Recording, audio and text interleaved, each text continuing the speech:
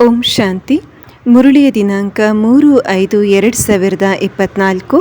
ಪ್ರಾತಃ ಮುರುಳಿ ಬಾಪ್ದಾದ ಮಧುಬನ. ತಂದೆ ತಿಳಿಸುತ್ತಾರೆ, ಮಧುರ ಮಕ್ಕಳೇ, ಈ ದುಃಖಧಾಮಕ್ಕೆ ಬದುಕಿರುವಾಗಲೇ ವಿಚ್ಛೇದನ ಕೊಡಿ, ಏಕೆಂದರೆ ಸುಖಧಾಮಕ್ಕೆ ಹೋಗಬೇಕಾಗಿದೆ. ಇಂದಿನ ಪ್ರಶ್ನೆ: ತಂದೆಯು ಮಕ್ಕಳಿಗೆ ಯಾವ ಒಂದು ಚಿಕ್ಕ ಪರಿಶ್ರಮವನ್ನು ಕೊಡುತ್ತಾರೆ? ಉತ್ತರ: ತಂದೆಯು ತಿಳಿಸುತ್ತಾರೆ, ಮಕ್ಕಳೇ, ಕಾಮ ಮಹಾಶತ್ರುವಾಗಿದೆ. ಇದೇ ಸ್ವಲ್ಪ ಪರಿಶ್ರಮ ಕೊಡುತ್ತದೆ. ನೀವು ಸಂಪೂರ್ಣ ಪಾವನರಾಗಬೇಕು. ಪತಿತರಿಂದ ಪಾವನ ಅರ್ಥಾತ್ ಪಾರಸರಾಗಬೇಕು. ಪಾರಸರಾಗುವವರು ಕಲ್ಲಾಗುವುದಿಲ್ಲ. ಈಗ ಮಕ್ಕಳು ಹೂವುಗಳಾದರೆ ತಂದೆಯು ನಿಮ್ಮನ್ನು ನಯನಗಳ ಮೇಲೆ ಕುಳ್ಳಿರಿಸಿಕೊಂಡು ಜೊತೆಯಲ್ಲಿ ಕರೆದುಕೊಂಡು ಹೋಗುತ್ತಾರೆ. ಓಂ ಶಾಂತಿ. ಆತ್ಮಿಕ ತಂದೆ ಆತ್ಮಿಕ ಮಕ್ಕಳಿಗೆ ತಿಳಿಸುತ್ತಾರೆ, ಮಕ್ಕಳು, ನಾವು ಬ್ರಾಹ್ಮಣರು ದೇವತೆಗಳಾಗುತ್ತೇವೆಂದು ಅವಶ್ಯವಾಗಿ ತಿಳಿದಿದ್ದೀರಿ. ಇದು ಪಕ್ಕಾ ನಿಶ್ಚಯವಿದೆಯಲ್ಲವೇ? ಶಿಕ್ಷಕರು ಯಾರಿಗೆ ಓದಿಸುತ್ತಾರೆ ಅವರನ್ನು ತನ್ನ ಸಮಾನವನ್ನಾಗಿ ಅವಶ್ಯವಾಗಿ ಮಾಡಿಬಿಡುತ್ತಾರೆ. ಇದು ನಿಶ್ಚಯದ ಮಾತಾಗಿದೆ. ಕಲ್ಪಕಲ್ಪವು ತಂದೆಯು ಬಂದು ತಿಳಿಸುತ್ತಾರೆ, ನಾನು ನರಕವಾಸಿಗಳನ್ನು ಸ್ವರ್ಗವಾಸಿಗಳನ್ನಾಗಿ ಮಾಡುತ್ತೇನೆ. ಇಡೀ ಪ್ರಪಂಚವನ್ನು ಪಾವನ ಮಾಡುವವರು ಯಾರಾದರೂ ಇರಬೇಕಲ್ಲವೇ? ತಂದೆಯು ಸ್ವರ್ಗವಾಸಿಗಳನ್ನಾಗಿ ಮಾಡುತ್ತಾರೆ, ರಾವಣನು ನರ್ಕವಾಸಿಗಳನ್ನಾಗಿ ಮಾಡುತ್ತಾನೆ. ಈ ಸಮಯದಲ್ಲಿ ರಾವಣನ ರಾಜ್ಯವಿದೆ.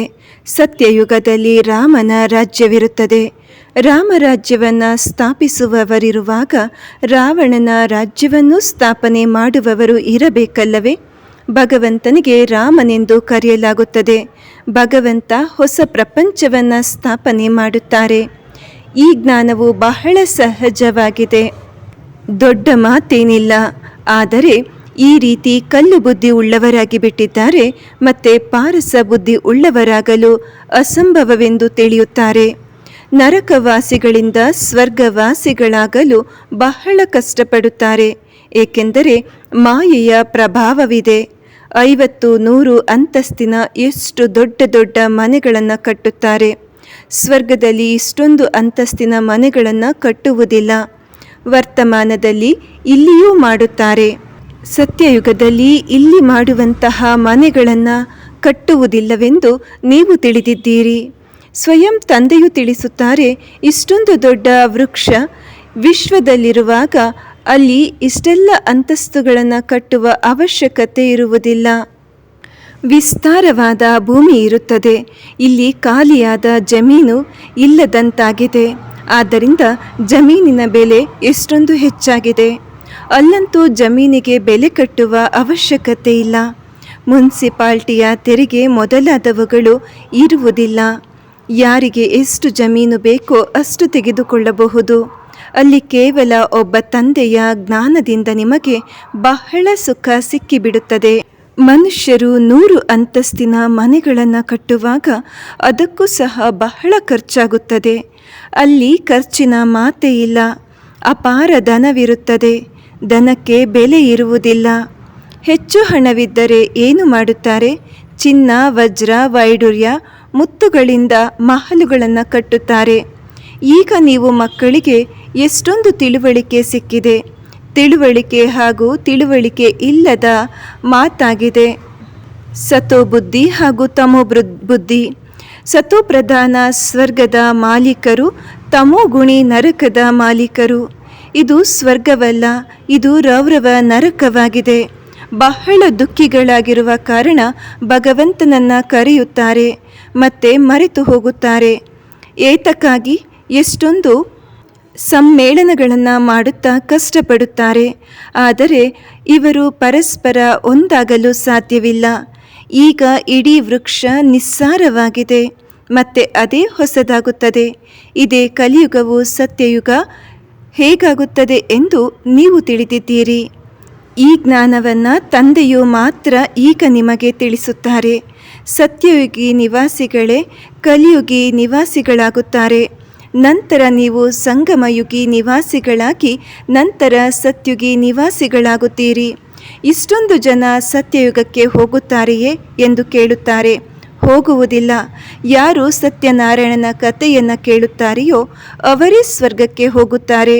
ಉಳಿದವರೆಲ್ಲರೂ ಶಾಂತಿಧಾಮಕ್ಕೆ ಹೊರಟು ಹೋಗುತ್ತಾರೆ. ಆದರೆ ಆಗ ದುಃಖಧಾಮವಿರುವುದಿಲ್ಲ. ಆದ್ದರಿಂದ ಈ ದುಃಖಧಾಮದಲ್ಲಿ ಬದುಕಿದ್ದಂತೆಯೇ ವಿಚ್ಛೇದನ ಕೊಡಬೇಕು. ಹೇಗೆ ವಿಚ್ಛೇದನವನ್ನು ಕೊಡಬಹುದು ಎಂದು ತಂದೆಯು ಯುಕ್ತಿಗಳನ್ನು ತಿಳಿಸುತ್ತಾರೆ. ಈ ಇಡೀ ಸೃಷ್ಟಿಯ ಮೇಲೆ ದೇವಿ ದೇವತೆಗಳ ರಾಜ್ಯವಿತ್ತು. ಮತ್ತೆ ಈಗ ಸ್ಥಾಪನೆ ಮಾಡಲು ತಂದೆಯು ಬರುತ್ತಾರೆ. ನಾವು ಆ ತಂದೆಯಿಂದ ವಿಶ್ವ ರಾಜ್ಯವನ್ನು ಪಡೆಯುತ್ತಿದ್ದೇವೆ. ನಾಟಕದ ಅನುಸಾರವಾಗಿ ಅವಶ್ಯವಾಗಿ ಪರಿವರ್ತನೆಯಾಗುತ್ತದೆ. ಇದು ಹಳೆಯ ಪ್ರಪಂಚವಾಗಿದೆ. ಇದನ್ನು ಸತ್ಯುಗವೆಂದು ಹೇಳುತ್ತೀರಿ. ಆದರೆ ಮನುಷ್ಯರು ಸತ್ಯುಗದಲ್ಲಿ ಹೇಗಿರುತ್ತಾರೆ ಎನ್ನುವುದನ್ನೇ ತಿಳಿದುಕೊಂಡಿಲ್ಲ. ತಂದೆಯು ತಿಳಿಸುತ್ತಾರೆ, ಯಾರು ಬಹಳ ಭಕ್ತಿಯನ್ನು ಮಾಡಿದ್ದಾರೆ ಅವರೇ ಈ ಜ್ಞಾನಕ್ಕೆ ಯೋಗ್ಯರಾಗುತ್ತಾರೆ. ಅವರಿಗೆ ಮಾತ್ರ ತಿಳಿಸಬೇಕು. ಉಳಿದಂತೆ ಈ ಕುಲದವರಲ್ಲವೆಂದಾಗ ಅವರು ತಿಳಿದುಕೊಳ್ಳುವುದೂ ಇಲ್ಲ. ಸುಮ್ಮನೆ ಹಾಗೆಯೇ ಸಮಯವನ್ನು ಏಕೆ ವ್ಯರ್ಥ ಮಾಡಬೇಕು? ನಮ್ಮ ಮನೆತನದವರಲ್ಲದೆ ಹೋದಾಗ ಸ್ವಲ್ಪವೂ ಒಪ್ಪಿಕೊಳ್ಳುವುದಿಲ್ಲ. ಆತ್ಮ ಎಂದರೆ ಏನು ಹಾಗೂ ಪರಮಾತ್ಮನೆಂದರೆ ಯಾರು ಎಂದು ತಿಳಿದುಕೊಳ್ಳಲು ನಮಗೆ ಇಷ್ಟವಿಲ್ಲವೆಂದು ಹೇಳಿಬಿಡುತ್ತಾರೆ. ಇಂತಹವರ ಜೊತೆಗೆ ಏಕೆ ಕಷ್ಟಪಡಬೇಕು? ತಂದೆಯು ತಿಳಿಸುತ್ತಾರೆ, ಮೇಲೆ ಭಗವಾನುವಾಚ ಎಂದು ಬರೆಯಲ್ಪಟ್ಟಿದೆ. ನಾನು ಕಲ್ಪಕಲ್ಪವು ಪುರುಷೋತ್ತಮ ಸಂಗಮಯುಗದಲ್ಲಿ ಹಾಗೂ ಸಾಧಾರಣ ಮನುಷ್ಯನ ತನುವಿನಲ್ಲಿ ಬರುತ್ತೇನೆ. ಅವರು ತನ್ನ ಜನ್ಮಗಳ ಬಗ್ಗೆ ತಿಳಿದುಕೊಂಡಿರುವುದಿಲ್ಲ. ನಾನೇ ತಿಳಿಸುತ್ತೇನೆ. 5,000 ವರ್ಷಗಳ ಪಾತ್ರ ಯಾರಿಗೆ ಲಭ್ಯವಿದೆ ಎಂದು ನಾನೇ ತಿಳಿಸುತ್ತೇನೆ. ಯಾರು ಮೊದಲನೇ ನಂಬರ್ನಲ್ಲಿ ಬರುತ್ತಾರೆಯೋ ಅವರದೇ ಪಾತ್ರವಿರುತ್ತದೆಯಲ್ಲವೇ? ಶ್ರೀಕೃಷ್ಣನಿಗೆ ಸತ್ಯಯುಗದ ಮೊದಲನೇ ರಾಜಕುಮಾರನೆಂದು ಮಹಿಮೆ ಮಾಡುತ್ತಾರೆ. ಶ್ರೀಕೃಷ್ಣನೇ 84 ಜನ್ಮಗಳ ನಂತರ ಏನಾಗುತ್ತಾರೆ? ಫಸ್ಟ್ ಬೆಗರ್ ಟು ಪ್ರಿನ್ಸ್, ನಂತರ ಪ್ರಿನ್ಸ್ ಟು ಬೆಗರ್. ಶ್ರೀಮಂತರಿಂದ ಬಡವ ಹೇಗಾಗುತ್ತಾರೆ ಎಂದು ನೀವು ತಿಳಿದಿದ್ದೀರಿ. ತಂದೆಯು ಬಂದು ಕವಡೆಗಳಿಂದ ವಜ್ರದ ಸಮಾನರನ್ನಾಗಿ ಮಾಡುತ್ತಾರೆ. ಯಾರು ವಜ್ರದಂತಿರುತ್ತಾರೆ ಅವರೇ ಕವಡೆಯಂತಾಗುತ್ತಾರೆ. ಪುನರ್ಜನ್ಮವನ್ನು ತೆಗೆದುಕೊಳ್ಳುತ್ತಾರಲ್ಲವೇ?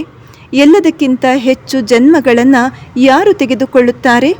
ಇದನ್ನು ನೀವೇ ತಿಳಿದುಕೊಂಡಿದ್ದೀರಿ. ಮೊದಲು ಶ್ರೀಕೃಷ್ಣನನ್ನೇ ಒಪ್ಪಬೇಕಲ್ಲವೇ? ಶ್ರೀಕೃಷ್ಣನ ರಾಜಧಾನಿಯೂ ಇದೆ. ಬಹಳ ಜನ್ಮಗಳು ಶ್ರೀಕೃಷ್ಣನಿಗಿರುತ್ತದೆ. ಇದು ಬಹಳ ಸಹಜ ಮಾತಾಗಿದೆ. ಆದರೆ ಮನುಷ್ಯರು ಇದರ ಮೇಲೆ ಗಮನ ಹರಿಸುವುದಿಲ್ಲ. ತಂದೆಯು ತಿಳಿಸಿದಾಗ ಆಶ್ಚರ್ಯ ಪಡುತ್ತಾರೆ. ತಂದೆಯು ಯಥಾರ್ಥವಾಗಿ ತಿಳಿಸುತ್ತಾರೆ. ಯಾರು ಮೊದಲನೇ ನಂಬರ್ನಲ್ಲಿ ಇರುತ್ತಾರೆ ಅವರೇ ಕೊನೆಯ ನಂಬರ್ನಲ್ಲಿ ಬರುತ್ತಾರೆ. ಮೊದಲನೇ ವಜ್ರವೇ ಕೊನೆಗೆ ಮೊದಲನೇ ಕವಡೆಯ ಸಮಾನರಾಗುತ್ತಾರೆ. ನಂತರ ಅವರೇ ವಜ್ರ ಸಮಾನ ಪಾವನರಾಗುತ್ತಾರೆ. ಇದರಲ್ಲಿ ಕಷ್ಟವೇನು? ಪಾರಲೌಕಿಕ ತಂದೆಯು ಆದೇಶವನ್ನು ಹೊರಡಿಸುತ್ತಾರೆ. ಕಾಮ ಮಹಾಶತ್ರುವಾಗಿದೆ. ನೀವು ಹೇಗೆ ಪತಿತರಾದಿರಿ? ವಿಕಾರದಲ್ಲಿ ಹೋದ ಕಾರಣ ಪತಿತರಾದಿರಿ. ನೀವು ಪತಿತ ಪಾವನ ಬನ್ನಿ ಎಂದು ಕರೆಯುತ್ತೀರಿ. ಏಕೆಂದರೆ ತಂದೆಯು ಸದಾ ಪಾರಸ ಬುದ್ಧಿ ಉಳ್ಳವರಾಗಿದ್ದಾರೆ. ಅವರು ಎಂದಿಗೂ ಕಲ್ಲು ಬುದ್ಧಿ ಉಳ್ಳವರಾಗುವುದಿಲ್ಲ. ಅವರ ಸಂಬಂಧ ಮೊದಲನೇ ಜನ್ಮದವರೆಗೂ ಇದೆ. ದೇವತೆಗಳಂತೂ ಬಹಳ ಇರುತ್ತಾರೆ. ಆದರೆ ಮನುಷ್ಯರು ಏನನ್ನೂ ತಿಳಿದುಕೊಂಡಿಲ್ಲ. ಕ್ರಿಶ್ಚಿಯನ್ನರು ಕ್ರೈಸ್ತನಿಗೆ 3,000 ವರ್ಷಗಳ ಹಿಂದೆ ಸ್ವರ್ಗವಿತ್ತು ಎಂದು ಹೇಳುತ್ತಾರೆ.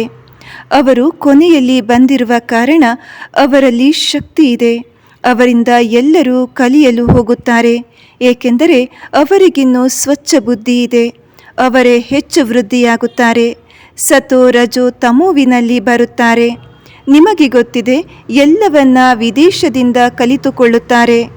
ಸತ್ಯಯುಗದಲ್ಲಿ ಮಹಲು ಮೊದಲಾದವುಗಳನ್ನು ಕಟ್ಟಲು ಸಮಯ ಹಿಡಿಸುವುದಿಲ್ಲ ಎಂದು ನೀವು ತಿಳಿದಿದ್ದೀರಿ. ಒಬ್ಬರ ಬುದ್ಧಿಯಲ್ಲಿ ಬಂದರೆ ಅದು ವೃದ್ಧಿಯಾಗುತ್ತಿರುತ್ತದೆ. ಒಂದನ್ನು ಮಾಡಿದ ನಂತರ ಹೆಚ್ಚಿಸಿಕೊಂಡು ಹೋಗುತ್ತಾರೆ. ಬುದ್ಧಿಯಲ್ಲಿ ಎಲ್ಲವೂ ಬಂದು ಬಿಡುತ್ತದೆಯಲ್ಲವೇ? ವಿಜ್ಞಾನಿಗಳ ಬುದ್ಧಿಯು ನಿಮ್ಮ ಬಳಿ ಉತ್ತಮವಾಗಿದೆ. ತಕ್ಷಣ ಮಹಲು ಕಟ್ಟುತ್ತಿರುತ್ತಾರೆ. ಇಲ್ಲಂತೂ ಮನೆ ಅಥವಾ ಮಂದಿರಗಳನ್ನು ಕಟ್ಟಲು 12 ತಿಂಗಳು ಬೇಕಾಗುತ್ತದೆ.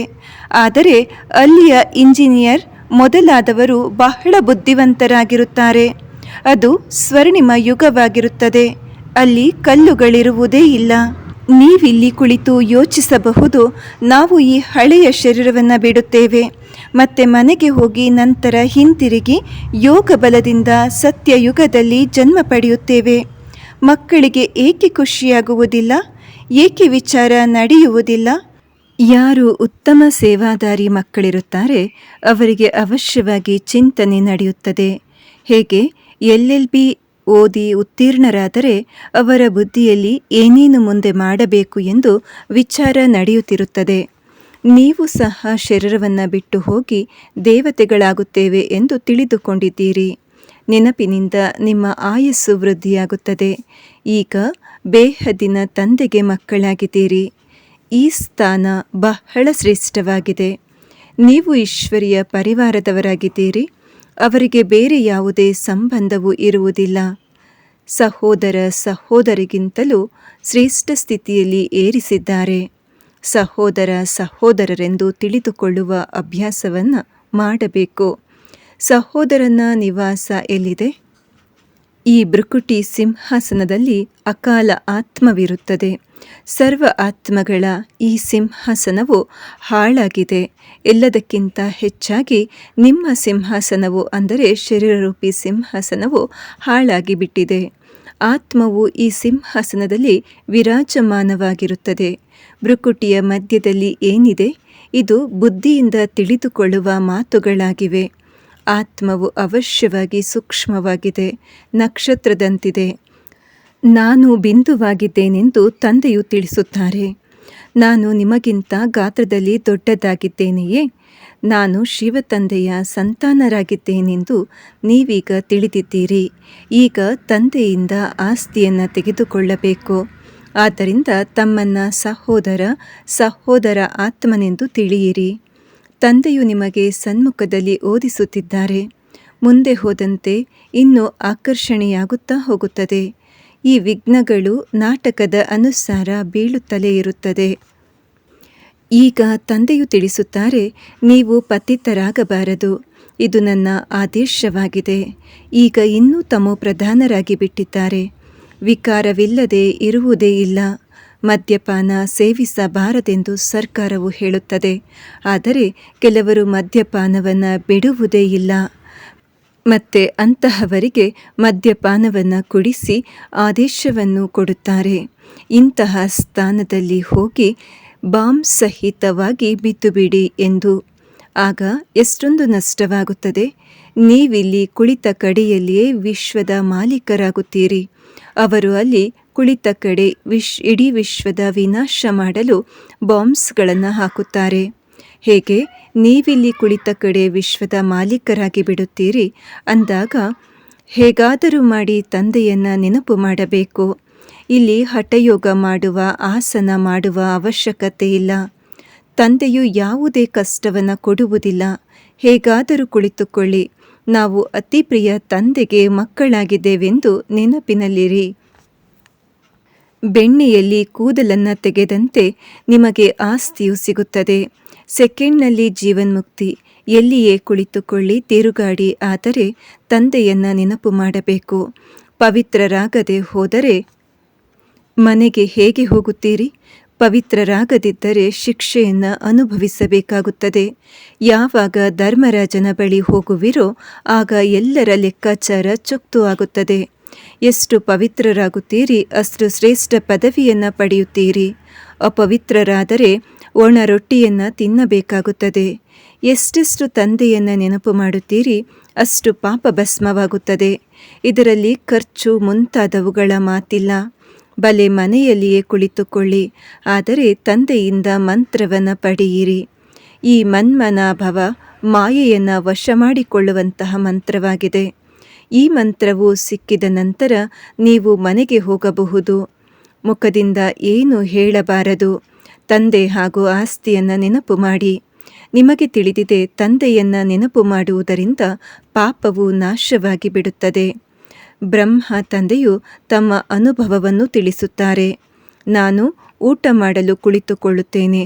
ಒಳ್ಳೆಯದು, ನಾನು ತಂದೆಯನ್ನು ನೆನಪು ಮಾಡಿ ಸ್ವೀಕರಿಸುತ್ತೇನೆ, ಆದರೆ ತಕ್ಷಣ ಮರೆತು ಹೋಗುತ್ತೇನೆ. ಏಕೆಂದರೆ ಯಾರ ಮೇಲೆ ಜವಾಬ್ದಾರಿ ಇರುತ್ತದೆ ಎಂಬ ಗಾಯನವಿದೆ. ಎಷ್ಟೊಂದು ವಿಚಾರ ಮಾಡಬೇಕಾಗುತ್ತದೆ. ಯಾವ ಆತ್ಮವು ಬಹಳ ಸೇವೆ ಮಾಡುತ್ತದೆ ಅವರನ್ನು ನೆನಪು ಮಾಡಲಾಗುತ್ತದೆ. ಸೇವಾದಾರಿ ಮಕ್ಕಳನ್ನು ತಂದೆಯು ಬಹಳ ಪ್ರೀತಿ ಮಾಡುತ್ತಾರೆ.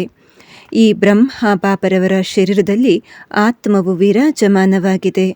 ಅವರನ್ನು ನೆನಪು ಮಾಡಿ ಎಂದು ನಿಮಗೆ ತಂದೆಯು ತಿಳಿಸುತ್ತಾರೆ. ನೀವಿಲ್ಲಿ ಶಿವ ತಂದೆಯ ಬಳಿಗೆ ಬರುತ್ತೀರಿ. ಶಿವ ತಂದೆಯು ಮೇಲಿಂದ ಕೆಳಗೆ ಬಂದಿದ್ದಾರೆ. ನೀವು ಎಲ್ಲರಿಗೂ ಭಗವಂತ ಬಂದಿದ್ದಾರೆಂದು ಹೇಳುತ್ತೀರಿ, ಆದರೆ ಅವರು ತಿಳಿದುಕೊಳ್ಳುವುದಿಲ್ಲ. ಆದರೆ ಉಪಾಯದಿಂದ ತಿಳಿಸಬೇಕಾಗುತ್ತದೆ. ಹದ್ದಿನ ಹಾಗೂ ಬೇಹದ್ದಿನ ಇಬ್ಬರು ತಂದೆಯರು ನಿಮಗೀಗ ಸಿಕ್ಕಿದ್ದಾರೆ. ಈಗ ಬೇಹದಿನ ತಂದೆಯು ರಾಜ್ಯ ಭಾಗ್ಯವನ್ನು ಕೊಡುತ್ತಿದ್ದಾರೆ. ಹಳೆಯ ಪ್ರಪಂಚದ ವಿನಾಶವು ಮುಂದೆ ನಿಂತಿದೆ. ಒಂದು ಧರ್ಮದ ಸ್ಥಾಪನೆ ಅನೇಕ ಧರ್ಮಗಳ ವಿನಾಶವಾಗುತ್ತದೆ. ಆದ್ದರಿಂದ ತಂದೆಯು ತಿಳಿಸುತ್ತಾರೆ, ನನ್ನೊಬ್ಬನನ್ನೇ ನೆನಪು ಮಾಡಿದಾಗ ನಿಮ್ಮ ಪಾಪವು ಭಸ್ಮವಾಗಿ ಬಿಡುತ್ತದೆ.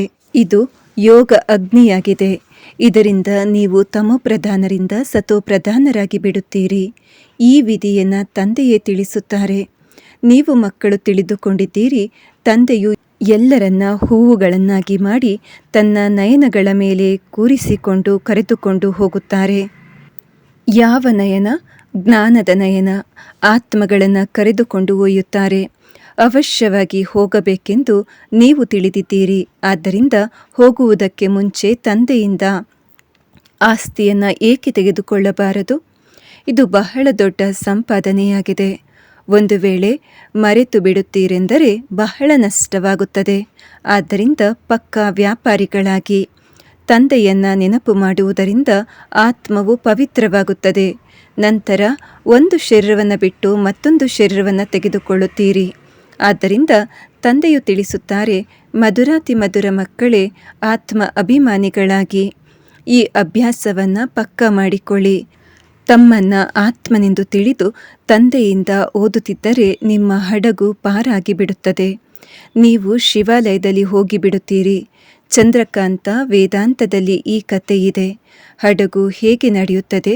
ಯಾವುದಾದರೂ ವಸ್ತುವಿನ ಮೇಲೆ ಮನಸ್ಸಾದರೆ ಮಧ್ಯದಲ್ಲಿ ಇಳಿದು ಬಿಡುತ್ತಾರೆ. ಆ ಹಡಗು ಹೊರಟು ಹೋಗುತ್ತದೆ. ಇದು ಭಕ್ತಿ ಮಾರ್ಗದ ಶಾಸ್ತ್ರಗಳು ಪುನಃ ತಯಾರಾಗುತ್ತದೆ. ನೀವು ಓದುತ್ತೀರಿ.